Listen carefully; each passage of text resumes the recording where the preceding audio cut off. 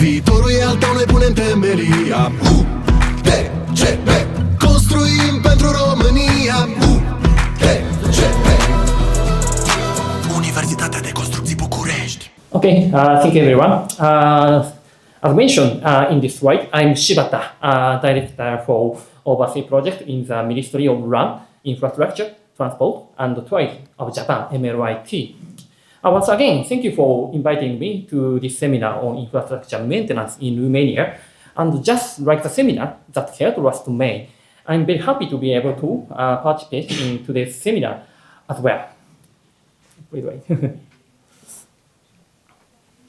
So, prior to today's lecture, same as last time, I was told beforehand that many members in your country, in Romania, are interested in the current status, policies, or technologies about Japanese infrastructure maintenance, especially for bridges.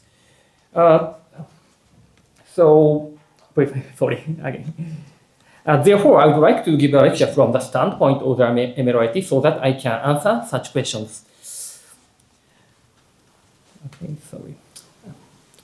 In today's presentation,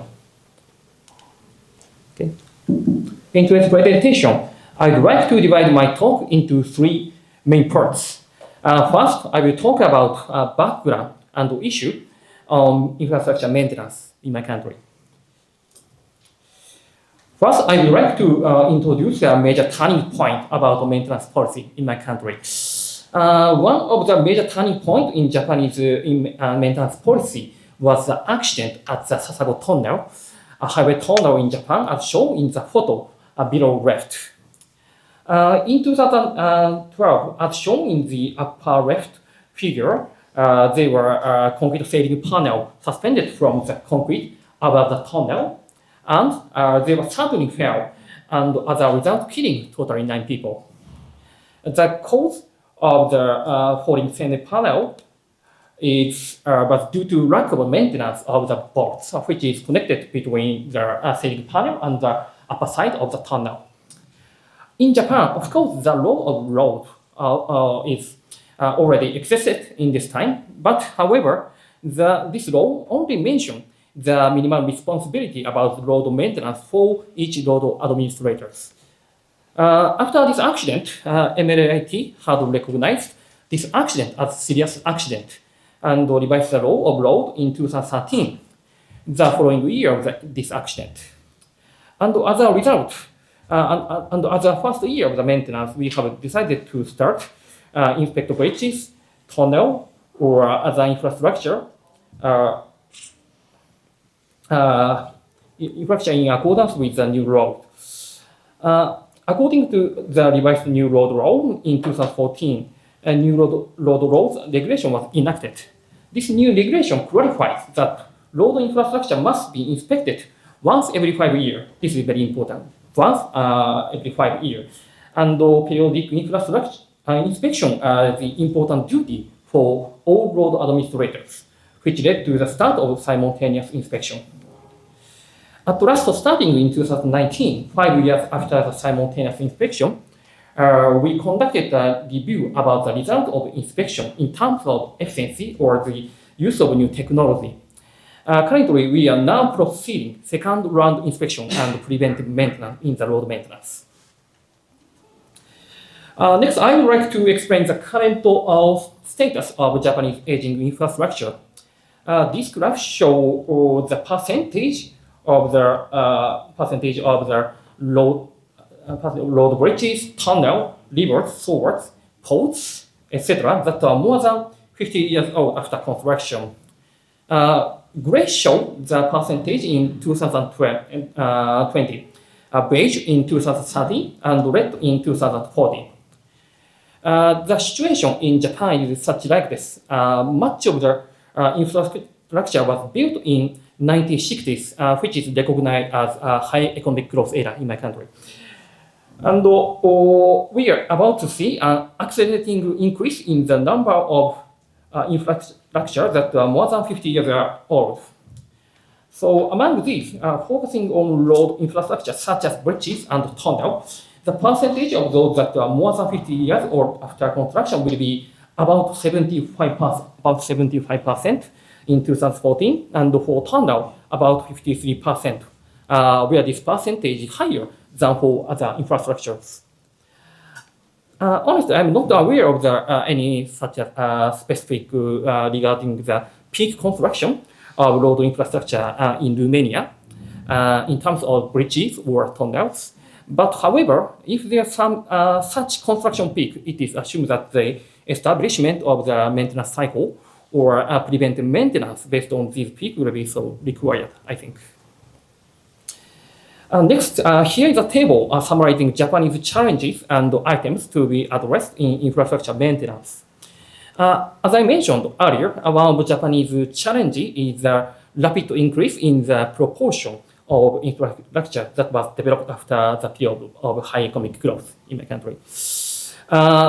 In addition to that, although we cannot go into details to the lecture due to time constraint, but the total number of the technical staff decreasing or their budget shrinking as well, especially in local government. Yeah, this is a very important problem. Based on these factors, we have organized the item from 1 to 7 as those were needed to be addressed. And among them, today I would like to explain especially item 1, 5, and 6 for today's references. So based on the above background, I would like to talk about number 2, establishment of maintenance cycle.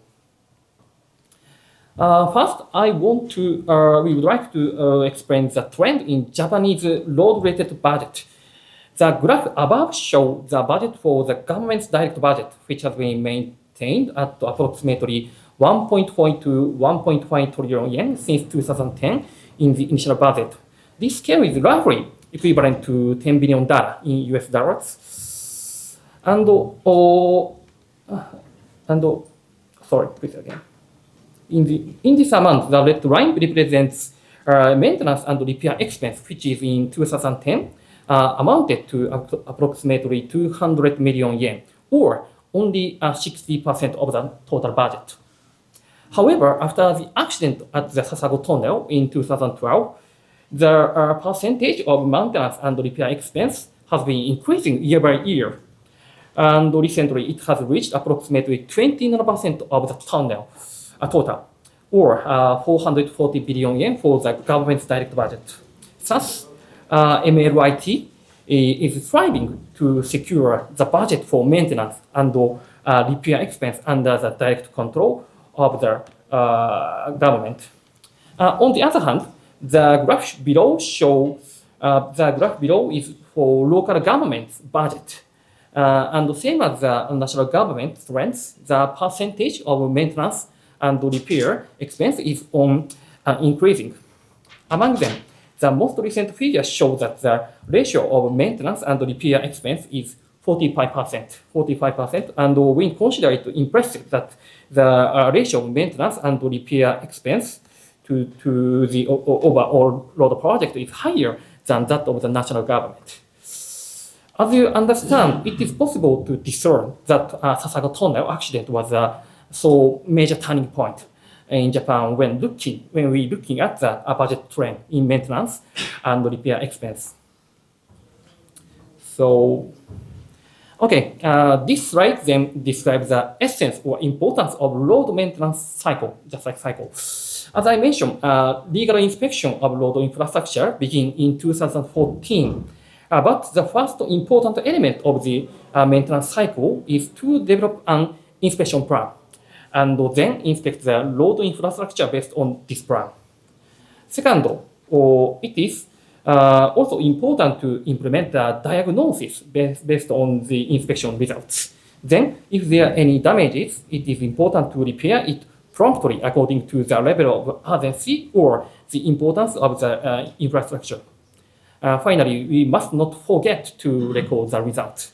I want to say that, of course, it is important for the human body to undergo periodic health checkups, and same as it is very important to ensure that the infrastructure is maintained based on this maintenance cycle. And as for this maintenance cycle, it is generally recognized that its components are totally full, as you understand repeatedly. inspection, diagnosis, repair, action, and last one, recording, as shown in this row. In other words, many people in Japanese construction industry say this is so very important to ensure how each of these four components is carried out strategically in order to implement the maintenance cycle.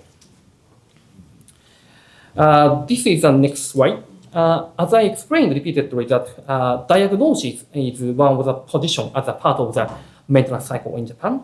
And this graph shows the result of the diagnosis of bridges, tunnel, and road accessories. In other words, they are just a result of health checkup in each infrastructure. And first of all, to repeat, in the road sector, all bridges and tunnels are inspected once every 5 years by a close or a close-up visual inspection. Based on the result of this inspection, each road administrator is required to determine the soundness of bridges by a total of 4 categories from 1 to 4 through discussion with experts who are familiar with bridges or damages. These diagnostic categories are also based on the road law and technical standards based on this law. These diagnostic regulations are uniformly applied throughout the whole of the country in Japan, and these diagnoses must be made not only for each damage but also for other structure all over the bridge. As you understand, these diagnosis categories are 1 for sound, 2 for preventive stage, 3 for early major stage, and 4 for urgent major stage. And as you understand, category 3 and category 4, early major stage and urgent major stage is totally 9% in the recent trend. And for example, that photo on the upper right, which shows exposed to reinforcing steel works in the floor plate, is classified classification 3. Why? The photo on the lower right, which shows scoring of the bridges, is classified 4. Of course, from the perspective of the preventive maintenance, category 2 maintenance must also be planned with high priority. But however, in this situation where category 3 and 4 total percentage is 9% structure observed, it is necessary to take measure for these high priority bridges and tunnel facades as well. Next, I would like to explain our attitude or approach to maintenance in Japan. The most important concept is to implement preventive maintenance rather than breakdown maintenance.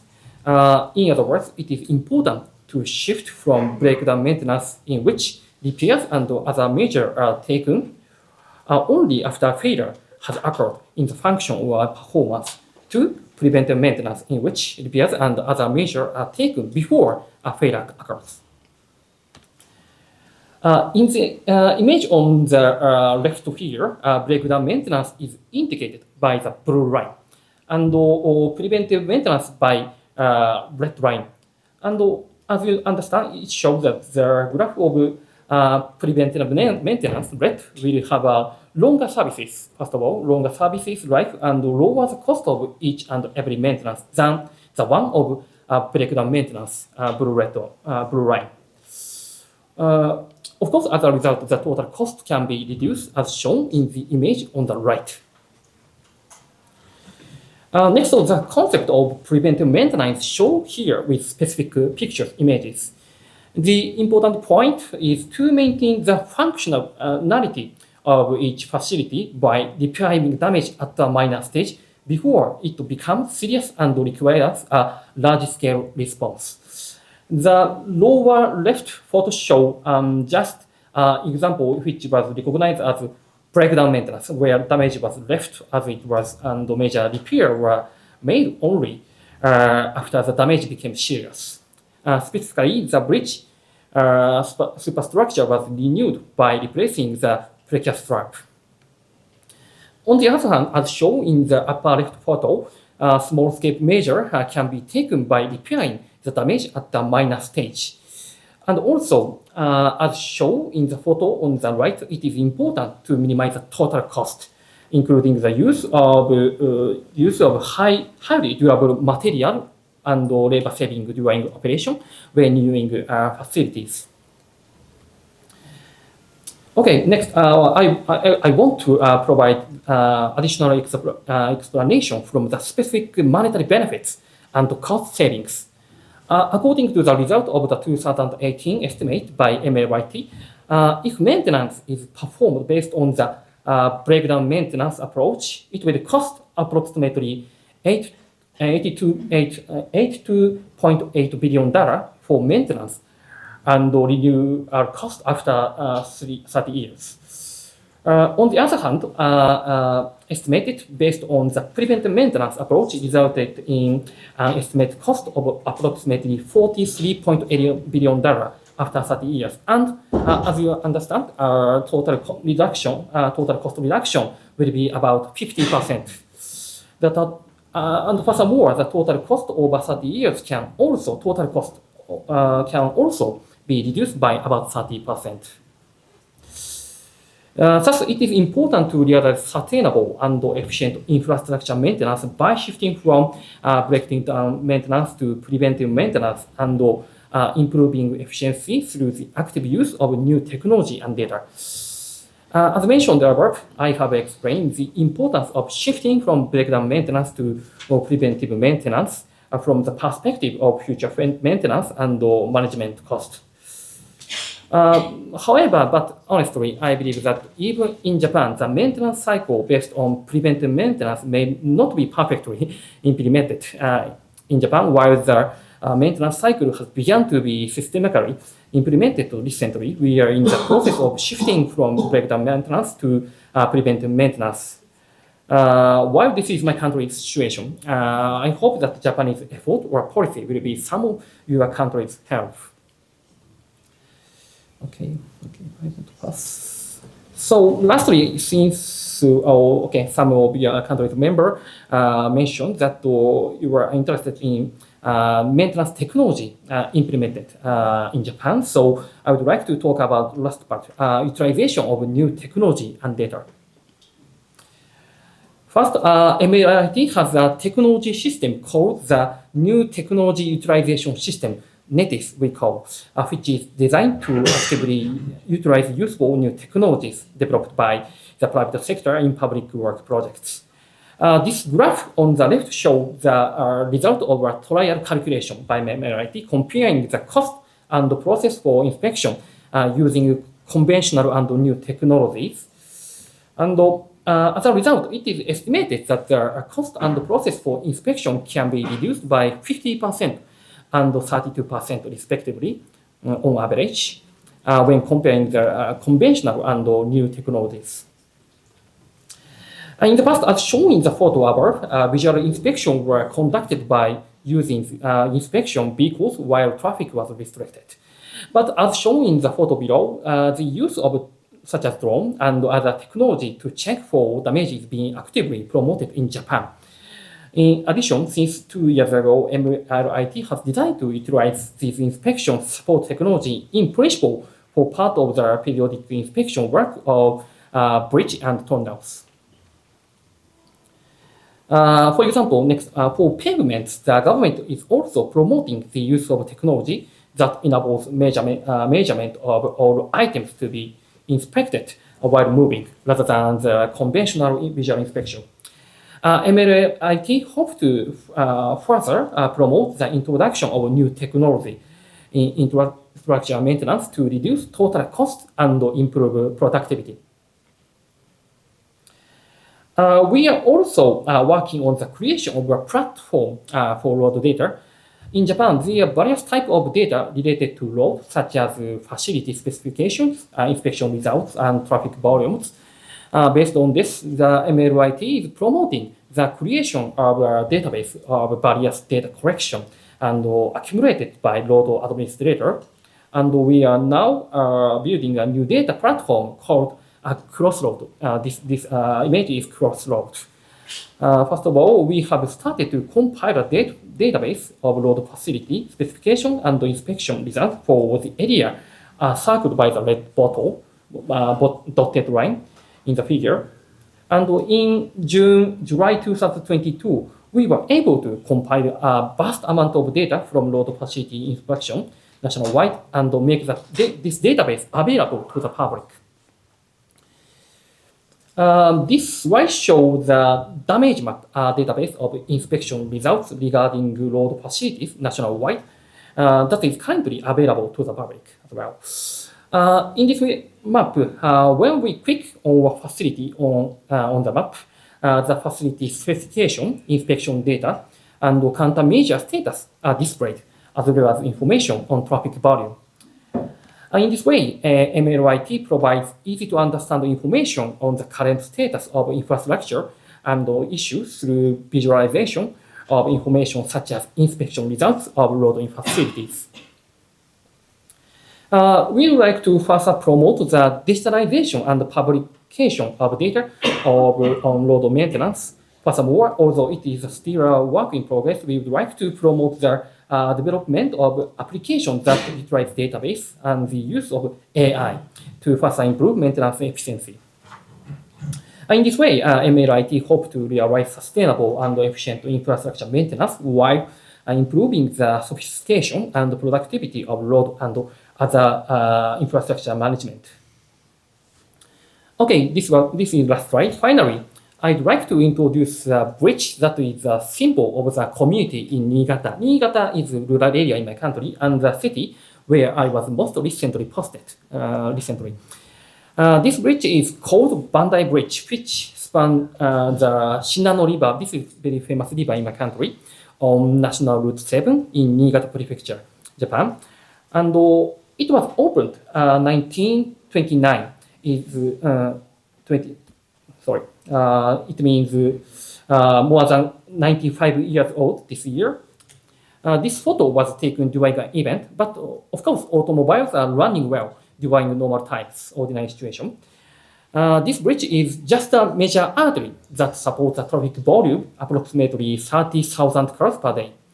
And this Bandai Bridge is designated as an important cultural property of Japan as well. In Japan, one of the most important values is to use good things carefully for a long time. Of course, it is also important to create high-quality infrastructure at the time of design and construction.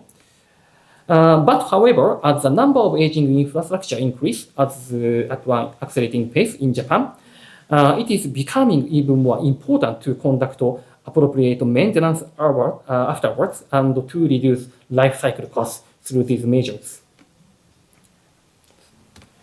And based on this awareness of this issue, today I have introduced Japanese policy or technology that are currently being implemented in the area of maintenance.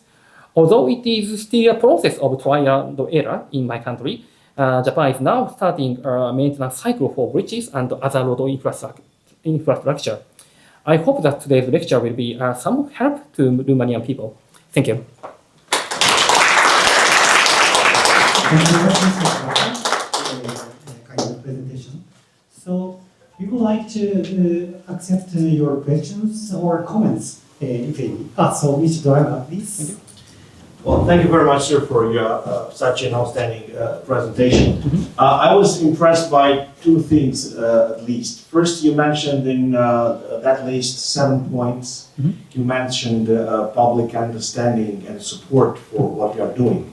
I'm wondering, how do you, public understanding and cooperation, how do you reach that public understanding and cooperation? What kind of measures you adopt? Is it a strategy that you are considering or even implementing?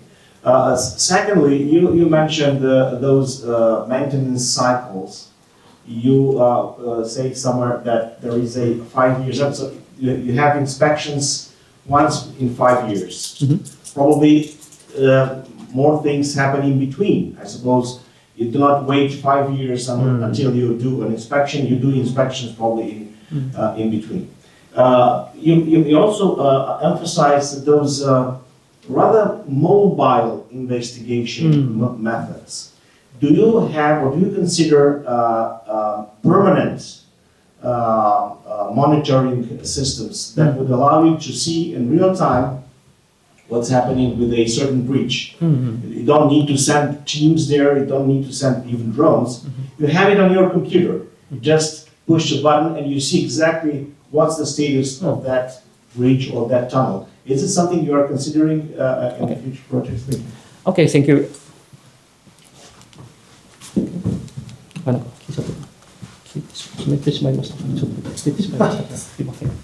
Oh, thank you for your question. I understand totally two questions you suggest. First one is public understanding and comprehension. And maybe second one is how to include new technology into the maintenance cycle. And the first one, of course, public understanding is very important since, as I mentioned, Sasako Tunnel incident. And this is why I introduced the recent my ministry's action that open to the public, to the database, and to not only construction industry, but also for all the citizens, we have to aware the importance of infrastructure maintenance. This is one of the solution, and to how to promote the whole the understanding of the infrastructure maintenance. And the second one, I want to mention in this slide, in terms of the including new technology. Sorry, so small font. 2019, since 2019, I understand the road maintenance regulation is revised, which means even before, before we have to, for example, inspection, we have to close to the real bridges and see directly by eyes. But after the revised 2019 regulation of the road inspection by the MLIT, we can accept a new type of data, or a new type of the technology, such as you imagine, drone system, drone we can see. Such as like this, MLIT, how to say, improve the maintenance cycle, which is including the utilize of the new technology into the, for example, this is one of the example to into the device, the maintenance standards or guideline. I would answer. Yes, thank you very much for replying, Mr. Shibata. Mr. Draga, is it okay? I was referring to sensors. Do you intend to put sensors on bridges so you can have instant information? Of course, some bridges which is recognized as high, for example, high risk of the failure or collapse. Some administrators have some experience to put sensor to monitor. Yeah. Case by case, of course, it requires a lot of cost. And I think to put a sensor or a new technology require priority. And I think, this is anyway normal situation to put a sensor to monitor important part of the bridges.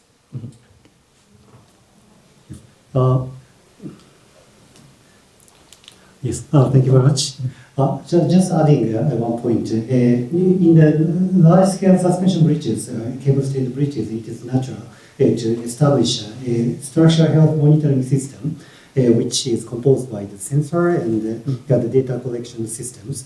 And we are going to explain in the afternoon session as IHI Corporation on the application of the sensors to the monitoring of the small-scale bridges as well. In the afternoon session. So sorry for the intervention. Yes. Is there any other questions from the participants?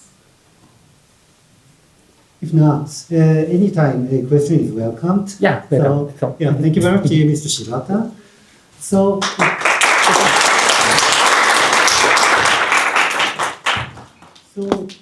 This program is going. UTCB, viitorul e al tău, noi punem temelia. UTCB.